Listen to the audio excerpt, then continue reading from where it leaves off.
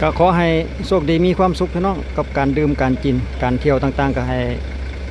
ตลอดปลอดภัยทุกท่านที่เข้ามาเยี่ยมยามสปป.ลาวเฮาเนาะบ่ว่าจะเป็นต่างประเทศหรือประเทศใดทุกๆประเทศทั่วโลกนี่ที่เข้ามาเที่ยวลาวได้นี่ก็ขอให้มีความสุขปลอดภัยกับการเดินทางกับการ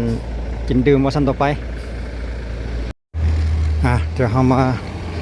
เบิ่งกันต่อพี่น้องเบิ่งยานโซนที่ว่าลงไปหาเงินแพเนาะลงไปหาอาหารอีกทีนึงก่อนว่าจะเป็นจังใดโอ้ได้ใจลายรถเกตนั่นเองนะ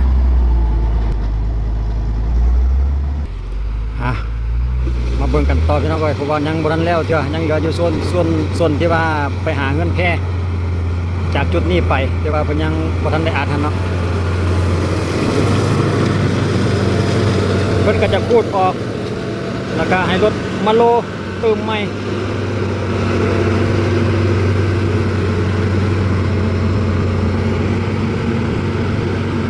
หลังจากเพิ่นอัดไปรอบนึงแล้วเนาะแต่ว่าเพิ่นปล่อยทิ่มไว้หลายมื้อเติบได้แล้วก็มาชุดนี้เพิ่นก็มาขูดออกแล้วก็อัดใหม่อีกทีนึงแบบมามิกมาเบสกอตอีกนะมามีหินมีดินได้ปนกันมีหินทรายคลุกเข้ากันแล้วก็เพิ่นก็มากวนไปกวนมาแล้วอัดลงใหม่อีกทีนึงอยู่ในห้อมนี่ก็คือกันพี่น้องเป็นกำลังเทหินใหญ่ก็จะอัดเบสคอร์ดห้อมน้อยๆก็เฮ็ดตามน้อยแล้วว่าซั่นเด้อยู่เขตแดนระหว่างบ้านทองงอนและบ้านท่าสว่าง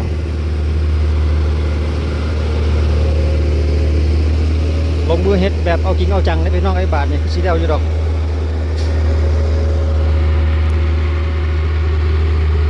ทั้งรถเกตทั้งรถโลทั้งรถดำเอาดินมาถลุมใส่ในจุดนี้เนาะอยู่ในเขตบ้านทองงอนเท่านี้ปูนกำลังใหญ่ขี้หินเป็นแถวเลยยาวเหยียดเลยในห้อมทางลงเงินแพพี่น้องวันเกตลงไปจนหอดปูนแหละห้านอาหารเงินแพอยู่แคบน้ำเงิมพูนแหละห้านอาหารอุ่นคำ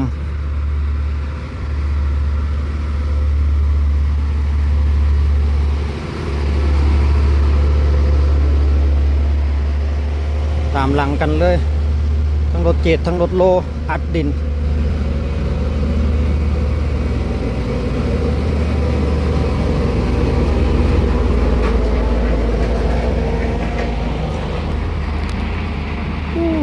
สุดยอดเลย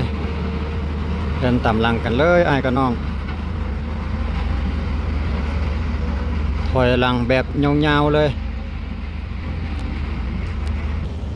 นี่เดี๋ยวยังลงไปเบิ่งเขตห้านอาหารเฮือนแพก่อนแป๊บหนึ่งเกิดเหตุฮอดจุดใดเพราะว่าจุดของห้านอาหารอุดมคำนี่เพิ่นมีพื้นซีมังอยู่แล้วเนาะแสดงว่าเพิ่นจะเฮ็ดมาจอยกันอยู่ที่จุดเป็นเปตงเนี่ยนะเดี๋ยวเพิ่นอัดลงมาฮอดจุดนี้เลยแสดงว่าเพิ่นจะลาดจนมาฮอดจุดนี้พี่แหละทางลงไปหาอาหารของอุ่นคำหรือว่าอาหารเมืองลาวอยู่จุดนี้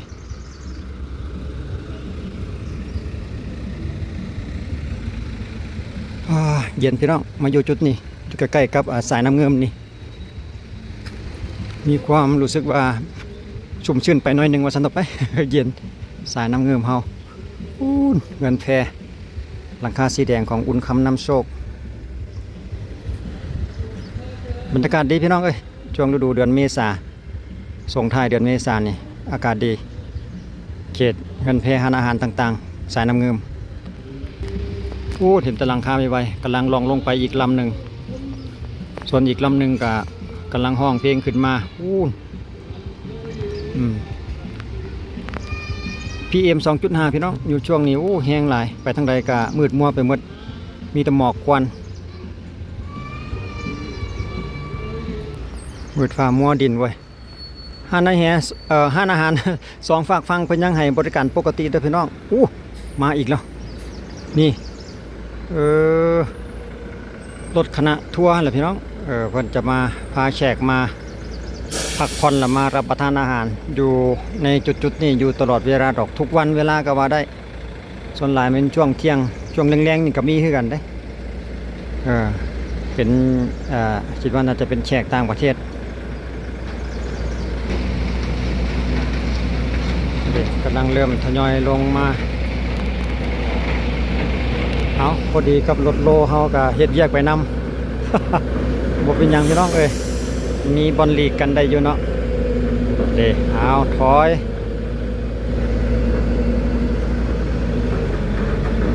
กะบ่มีปัญหากันเนาะรถโลเฮ็ดเวียกก็เฮ็ดเวียกไปผู้มาเล่นผู้มาเที่ยวนี่ก็เที่ยวไปจังซี่นะส่วนหลายก็ทางญี่ปุ่นทางจีนหรือเกาหลีพุ่นแหละพี่น้อง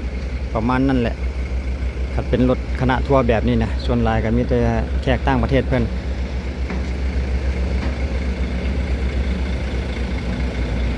นักท่องเที่ยวก็มีแต่อยู่ประมาณนี้แหละพี่น้องส่วนหลายก็จะสูงวัยหน่อยนึง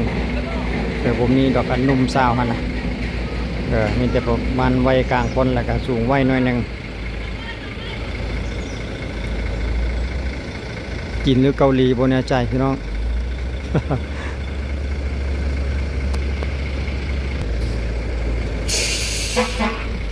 เมื่อกี้นี่เพิ่นมาจอดจุดนี้แล้วรถเกียร์เฮามันเพิ่นลงบ่ได้เนาะลงบ่ได้สุดก็เลยขอให้เพิ่นยับรถมากำนี้อีกน้อยนึงสำหรับรถแขกนักท่องเที่ยวเพิ่นก็ยับให้ความร่วมมืออยู่เพราะว่าขอให้เพิ่นอำนวยความสะดวกให้กับการทางพี่น้องเอ้ยเพราะว่าเฮาต้องร่วมมือให้เพิ่นตัวใดเพิ่นเป็นผู้เฮ็ดให้เฮาเที่ยวทางแบบสบายหั่นนะเฮาก็เลยให้อำนวยความสะดวกให้เพิ่นน้อยนึงเด้จังหวะนี้เพิ่นก็เจียดมาให้มันสุดกับจุดต่อนี่นะมันพอกระเทือนเด้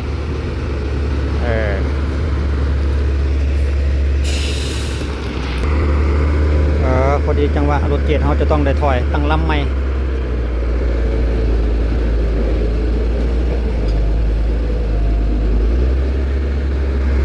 ช่วงนี้กำลังคุณเชี่ยวพี่น้องการทางของเขาพอกำลังเร่งรีบเฮ็ดให้มันเร็วก่อนฝนว่าซั่นเด้แล้วไว้ไทยก็ยังดีเพราะว่าคันฝนตกหลายมันจีมีปัญหากับทางราดยางตรงนี้มันก็เลยเร่ง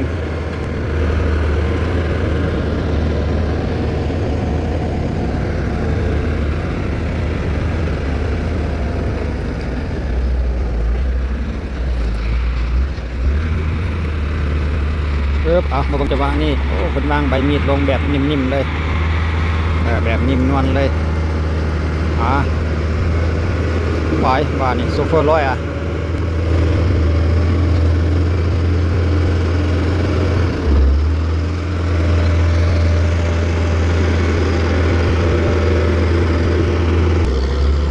นอกจากทางที่ว่าเพิ่นแล่นลงไป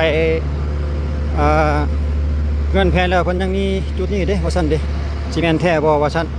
เพิ่นว่าจะขึ้นทางเส้นเทิงนี่นำหั่นนะเส้นนี้เพราะว่าทางจุดนี้มี2เส้นลุ่มแล้วก็เส้นทางด้านบนนี่เนาะเดี๋ยวเราจะรอติดตามเบิ่งว่าเพิ่นจะเฮ็ดขึ้นไปทางด้านบนอีกบ่เพิ่นก็อัดได้งามเด้พี่น้องเฮ็ดแล้วก็งามแบบนี้แหละขนาดบ่ทันลาดยางเด้นี่ เรียบกิ๊บเลยเดินหน้าถอยหลังเดินหน้าอยู่เพราะว่านี่แหละพี่น้องเฮ็ดไปจนมันแน่นพุ่นแล้วว่าโอ้เพิ่นสิเข้าไปในห้อมหั่นมั่งหั่นน่ะไปเบิ่งก่อนห้อมนี่ก็แคบห้อมนี่ก็ได้เพราะแต่ลมรถนี่เนาะก็แคบก็เฮ็ดตามแคบมันแล้วเพิ่นว่าไปแล้วกำลังตัดจอมตัดหน้าทาง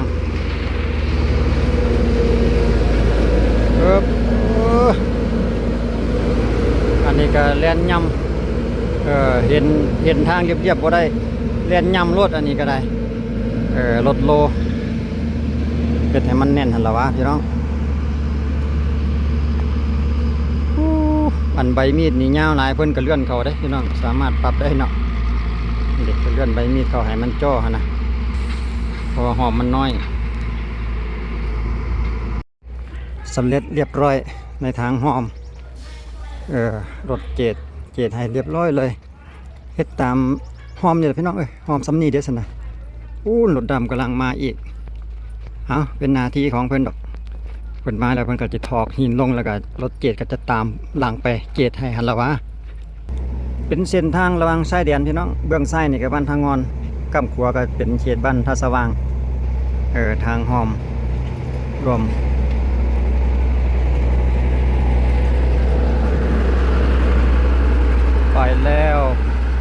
เจ็ดอันนี้นะ